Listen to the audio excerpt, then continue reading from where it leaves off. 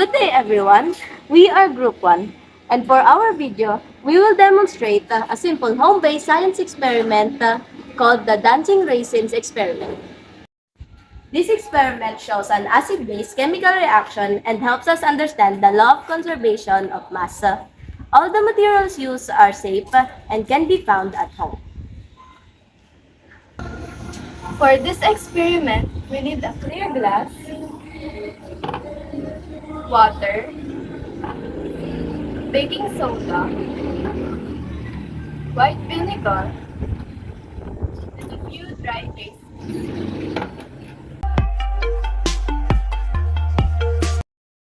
First, we fill the glass with water.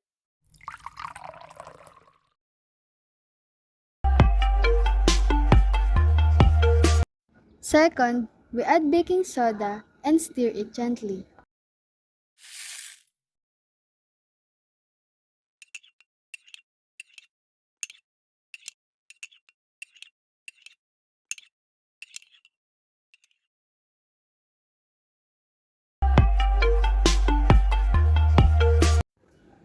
After that, we drop the raisins into the mixture.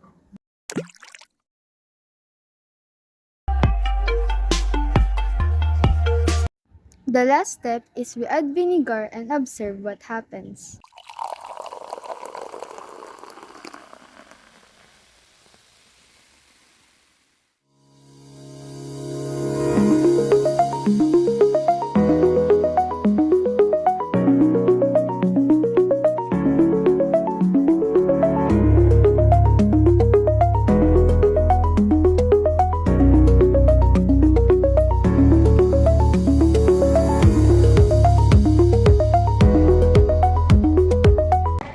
The reaction that happens in this experiment is called an acid-base reaction.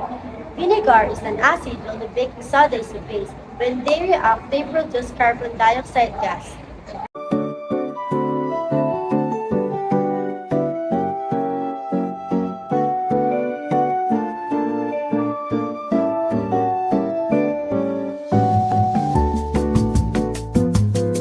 Everyone, this experiment demonstrates the law of conservation of mass, which was proposed by Antoine Lavoisier.